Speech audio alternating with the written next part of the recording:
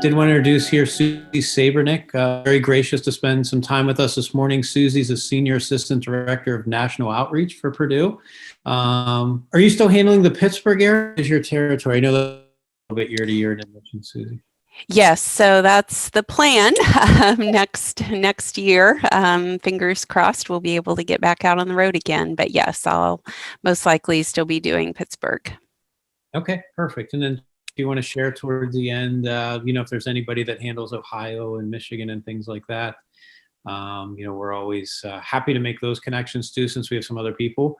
I did have a chance to meet, as some of you heard us mentioning, at the National College Fair here in Pittsburgh last year. It's a whole different world 10 months ago. Susie's held some different roles with Purdue Admissions. She's been there since 2005 in different capacities, and she even has her undergraduate degree at Purdue. So she knows it from a few different perspectives. So we're very, very fortunate time and expertise. So without further ado, I'll turn things over to Susie. Thank you again. Okay, thank you. And thanks so much for joining. So like I said, this is the presentation I did for high school visits this fall. So some of the slides I may go through a little quickly because I certainly want to leave time for questions at the end. So this is our profile. And so we have grown a little bit. We're now over 45,000 total students and almost 35 undergraduates. Our freshman class this year was our largest ever. It was a little bit larger than what we were expecting this coming fall. So for fall 2021, our target is 8,400 incoming freshmen, which is still a little bit larger than what we have been in the past few years. But you can see breakout by state. So for undergraduates from Pennsylvania, we have 442, 733 from Ohio, and then 694 from Michigan. And those numbers have been holding steady for years as far as undergraduates. So with the application process, we do use the Common App. We had been using the Coalition, but this year we did move away from that. So students will apply strictly through the Common Application. Students are able to self-report both their grades and test scores in the application.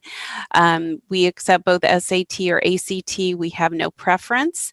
We were test flexible for this current application cycle.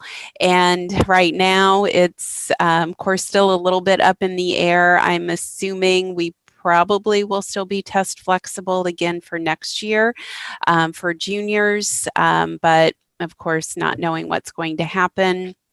But I would say, I think my advice would be, if a student is able to sit for an SAT or ACT, we would encourage them being test flexible. We did encourage students, if they had a test score, to go ahead and submit those. But if they weren't able to sit for a test, then they were still given full admission consideration. We don't use the writing score, and we also don't use subject tests. So if a student does have subject tests, they don't need to send those because we won't use those for admission, and that's whether we are test flexible or not. When students apply to Purdue, they do apply directly to a major, and so I think we are a little different from a lot of other universities, is that we do direct admit to our majors. We just have the one essay from Common App, and then we have two shorter Purdue-focused essay questions, and then the application fee, or there, of course, is the fee waiver request in the Common App. So these are the 11 different schools and colleges. So again, when students apply, they will choose a college, and then they will apply directly to a major within that college. So I'll just highlight each one. So of course, Purdue is the land-grant university for the state of Indiana. So agriculture and engineering are the two kind of original majors, or areas for us. College of Agriculture is a great place for students who have an interest in science, but also in the environmental area. So there are a lot of great majors in the College of Ag. We like to say it's more than cows, sows, and plows. So it's a great environmentally and very strong science-focused area. The College of Education, we do have several different education majors from elementary ed up to secondary education. Of course, College of Engineering is our largest college on campus. We're about 9,000 undergraduates within the College of Engineering. Engineering is a little different in the fact that students do apply directly to the College of Engineering, but then their choice of major is first year engineering. So all engineering students go through a common first year curriculum as freshmen, and then sophomore year they will go into that specific engineering major, and we do have 16 majors.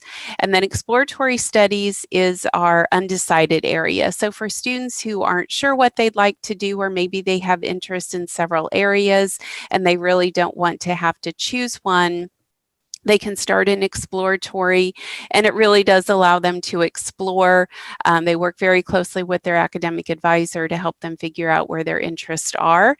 And they can stay in exploratory up to 2 years, but they can leave as early as second semester their freshman year. College of Health and Human Sciences, those of course are the more health-focused majors. So for students who are interested in perhaps doing a pre-professional track, pre-med, pre-dental, pre-optometry, we have kinesiology. We do have a direct admit nursing program. So for students interested in nursing, they do apply directly to nursing. And if they are admitted, then they start in that program as freshmen. And there are also several business-focused majors in health and human sciences. Of course, College of Liberal Arts are the traditional liberal arts majors. Our Krannert School of Management is our main business school on campus. Krannert has 7 different majors, and it's a very analytical focused program. So for students who really like math and more of that numbers side of business, it's a great school to look at. We also have a major, it used to be called Industrial Management. They switched the name this year, and it's called Integrated Business and Engineering. And so that major allows students to major in management, but then they can minor in engineering. So it gives them a great technical background. With pharmacy, we have the 4-year pharmaceutical sciences degree, as well as the PharmD program, which is 6 years total. And then Polytech, so Polytech is more of the applied side of engineering and computer science. So Polytech can be a really great fit for students who they like robotics, they like engineering, but maybe math isn't quite their strongest area. Polytech can be a great choice. It really gives them that hands-on, more applied side of engineering. They do take calculus, but they don't have to take crazy calculus like they do in engineering. There are also computer majors there, such as cybersecurity, game design, network security, and areas like that. The College of Science are, of course, traditional science majors. However, the computer science major at Purdue is housed in our College of Science. So for students who really want more of that programming, software development, they will apply directly to computer science in the College of Science. And then we do have a vet school at Purdue, and we also have a vet nursing program, which is a 4-year bachelor's degree. Of course, we do holistic evaluation, so we are looking at all aspects of the student's application. I typically say academics are first and foremost, so we do want to see a strong curriculum. We don't use GPA. We really are going back and looking at freshman, sophomore, junior years, courses, grades, rigor of the curriculum, looking at that senior year schedule. We want to see a good, strong senior year. We do have minimum expectations, so 4 years of English, 4 years of math, which we start counting at Algebra 1 and higher, 3 years of lab science, 3 years of social studies, and then 2 years of foreign language. Of course, those are minimum, certainly with lab science if students are looking at going into a math or science focused area. We strongly encourage 4 years of lab science, and with math, a lot of majors at Purdue require calculus, so we do encourage at least pre-calculus, or if a student can take calculus their senior year, that they should look into doing that. We don't require letters of recommendation, so apps are considered complete without them. However, students are welcome to have letters of recommendation sent. November 1st is our early action deadline. November 1st is also the deadline to be considered for merit-based scholarships as well as honors college consideration. It is the priority application deadline for computer science, professional flight, and nursing. I would really add engineering in there as well, as those are the four most competitive majors for us. We will certainly look at applications that come in for those areas after November 1st, but space has become, or will typically be, pretty tight for those areas after November 1st. January 15th is our release date. So for students who are complete by November 1st, decisions will be released after 5 p.m. on January 15th. And then January 15th is also the regular decision deadline. So for students who are complete by January 15th, or if they are perhaps deferred from early action to regular decision, they will hear from us by the end of March. And so that's the latest that they would get a decision.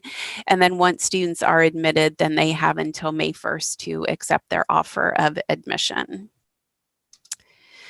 The Honors College is an application process. So for students who would like to be considered for that, in the application, it will ask, are you interested? They answer yes, and then that will prompt 2 additional essay questions. And again, as long as that app is complete by November 1st, then they are considered for that. The Honors College is interdisciplinary. So we have students from majors throughout campus that participate, which is really one of the distinctions of the Honors College. They take 24 honors credit hours throughout their 4 years. It's typically about 700 incoming freshmen will participate in the Honors College. And then the picture there is the Honors College Residence Hall. So for incoming freshmen, if they do choose to live on campus, they typically would be assigned to live in the Honors College Residence Hall. So then it gives them that living, learning environment as well. Students who apply to the Honors College will be notified typically around mid-February. So those decisions don't come out on January 15th. It just takes a little longer for them to review those applications. So notification around mid-February. A student can choose to come to Purdue and not accept their Honors College offer. So if they are admitted and then decide, oh, I don't really think I want to participate, totally fine. They can still say yes to Purdue, but no thanks to the Honors College. Kind of the other side of that coin, if a student is not admitted to the Honors College or they don't apply, once they're here at Purdue, they do have the opportunity to apply to the Honors College during their freshman year, so they can still participate if they would like. And we don't require any of our students to live on campus. So for freshmen, if they want to be on campus, once they have paid their deposit to attend Purdue, that's when the housing contract becomes available. That contract just needs to be submitted by May 5th. And then as long as we have it by that date, then that will guarantee their housing on campus. There are 17 different residence halls, so a lot of different options for them to choose. If after freshman year they want to remain on campus, they certainly can do that. Typically, it's about 95% of freshmen live on campus, and overall, we're about 45% of undergraduates. So some students will live on campus all 4 years. Some students freshman, sophomore year and move off. So it really just depends upon the living environment that they would prefer. And then learning communities are that option for incoming freshmen where students can apply to join a learning community. And if they participate, it's typically taking several classes with students who are also in their major. And then a lot of learning communities, then the students live in the same residence hall together. And then these are just some examples of our residence halls. We have all male, all female, as well as co-ed options. And dining, 5 dining courts, different meal plans students can choose from. There are also restaurants throughout campus where students can either use their meal swipes or they also receive dining dollars. So they've got a great variety of food options, whether they're on the academic campus or with the dining courts by the residence halls. And then the academic support for students. So our Academic Success Center is a really great resource that is available for all students.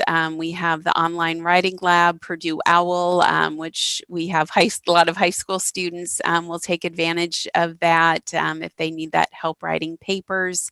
Our impact classrooms, those are the active learning classrooms. And several years ago, Purdue really took this idea, that active learning, to heart and started to create these active learning classrooms.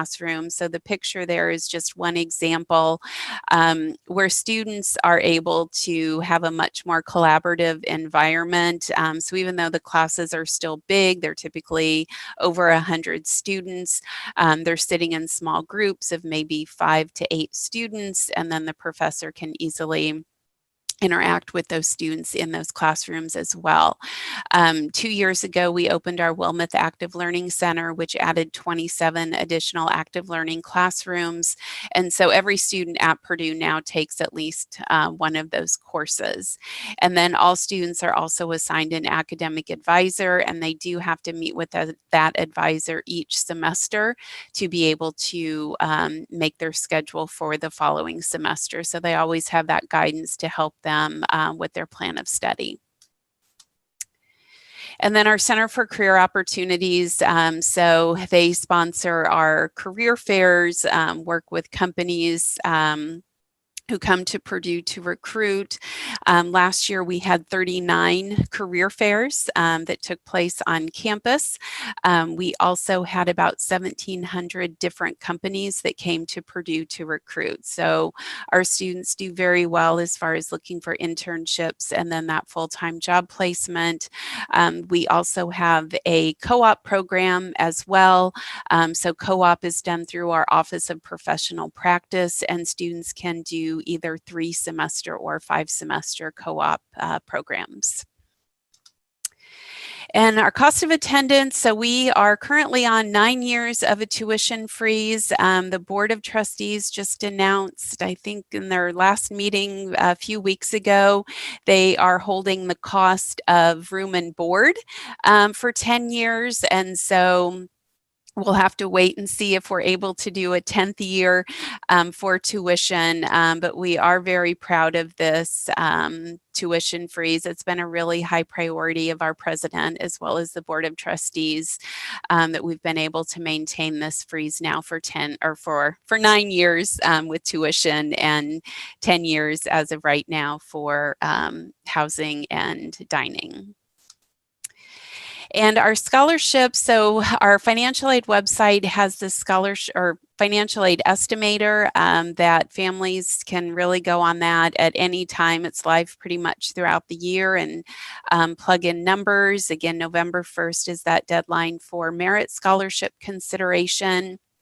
Several of our colleges also offer what they call a supplemental scholarship. So if a student has applied to one of the colleges that's offering this supplemental, they will have a notification in their Purdue application portal letting them know that they should apply for that. That supplemental also requires that they get the FAFSA form submitted by December 15th. For Indiana, our priority deadline for the FAFSA is March 1st. And then financial aid, actually, we just found out the other day, they're planning on starting to send things out about mid-February. So the earlier families get that form submitted, the earlier they would receive notification, but about mid-February, they will start sending out the financial aid notifications. So families will have that information well prior to that May 1st deadline to help them with those decisions. And then, of course, the fun stuff. So Purdue's a big school, so there are lots of things for students to get involved in outside of class. There's 1,000 clubs and organizations. We have about 50 club and intramural sports, a really great recreational sports center, which is right in the heart of the residential part of campus. Of course, we're in the Big Ten, so sports are, of course, a pretty big deal here. Students can purchase a season pass to go to all the athletic events on campus. We have a pretty active Greek system. So around 17% of our students will participate in that. Purdue does not have music as a major, but for students who are musically inclined, they can definitely keep that going here. Through Purdue Bands and Orchestras, we have the All-American Marching Band and about 16 auxiliary bands. And then choir is through the Purdue Musical Organization, and there are 5 performing choirs. And then Purdue Grand Prix is our annual go-kart race, which takes place every April. So that's just some of the fun things for students to participate in. We also have this really great maker space on campus. So for those of you that have students who are interested in engineering or those sorts of areas, we've had this center now for probably about 5 or 6 years, but it's right easy to get to. It's right on the walk from academic to residential campus. It's open for all students. It's really geared towards undergraduate students. It's not just for engineers. Anyone who has an idea of something that they want to build or work on, whether it's alone or with other students, they can go to Bechtel. They will show them how to use the equipment, and then they are off to use the space. So it's a really great facility. And then for those of you who have students who are interested in aero and astro engineering, which has soared in popularity, the Zucrow Lab is out by the Purdue Airport. It's a really cool facility. I've actually never toured it, surprisingly, but it is the largest jet propulsion lab on a university campus in the world. So it's a really great facility. So for students who are getting involved in research and things like that, they do have the opportunity to use that. We also have a wind tunnel out at the airport that those students will use as well. And location-wise, we're about an hour north of Indianapolis, and then we're about 2 hours from Chicago. So it's pretty easy to get here from Midwest locations. If students fly, Indianapolis is the easiest airport to get in and out of. There are shuttles that make round trips daily from campus down to the Indianapolis airport, and those shuttles also go up to O'Hare as well. And then this is just an overview of the Lafayette and West Lafayette community. So it's about 100,000 residents between the two towns. So downtown Lafayette is in the lower part of that picture, and then the Wabash River separates the two towns. So once you go over the river, come up the hill, you're on Purdue's campus. So West Lafayette is much more of a college town, very residential. It's about 30,000 residents. And then these are just some pictures from around campus. I always like to show the snow picture for when I'm in Florida, but you all know about snow. But lots of great things. The campus itself is a very compact campus. So even though we are big, it's very walkable. You can get from one end to the other in about 20 minutes walking. Students also have free use of the Lafayette City bus system, which will make loops around campus, as well as go throughout Lafayette and West Lafayette. So it's very easy for students to get around. Typically, freshmen are not allowed to have cars on campus, but after freshman year, if students do choose to live on campus, then they are welcome to bring a car. And this is my contact information as well as the admissions contact information. Our office is open throughout the year, Monday through Friday, from 8 to 5 for phone calls. If students are not on the mailing list, we of course encourage them to get on the mailing list so we can start sending them information.